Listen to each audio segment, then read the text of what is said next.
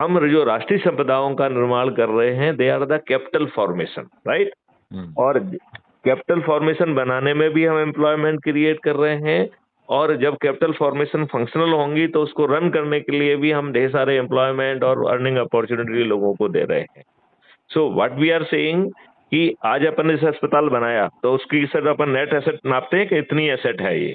What we are saying कि जो राष्ट्रीय संपदा का हम निर्माण करेंगे, उस राष्ट्रीय संपदा is a nothing but it is a asset sir. और हम जितनी एसेट क्रिएट कर रहे हैं, उतनी हम भारत विकास निधि, एक डिजिटल करेंसी को ऑटो जनरेट करेंगे।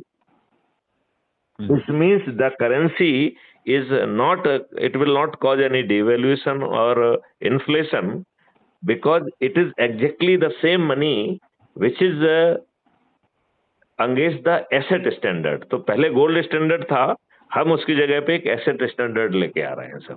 बिल्कुल, बहुत now you imagine A situation कि हमें 144 करोड़ लोगों के लिए, जो 5 मौलिक अधिकारों के लिए जो भी हमें सर राष्ट्रीय संपदाएं बनाना है, उनके निर्माण के लिए हमारे भारत सरकार से हमें पैसे ही नहीं चाहिए। मतलब उसकी सर, उसकी डायनामिक्स देखिए, कितनी बड़ी डायनामिक्स, उसका जो फायदा निकल रहा है।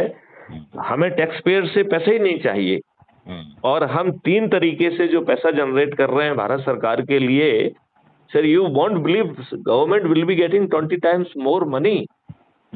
जो टैक्सेस से नहीं आ रहा है, उसके 20 गुना ज्यादा पैसा सरकार के पास पहुंचेगा।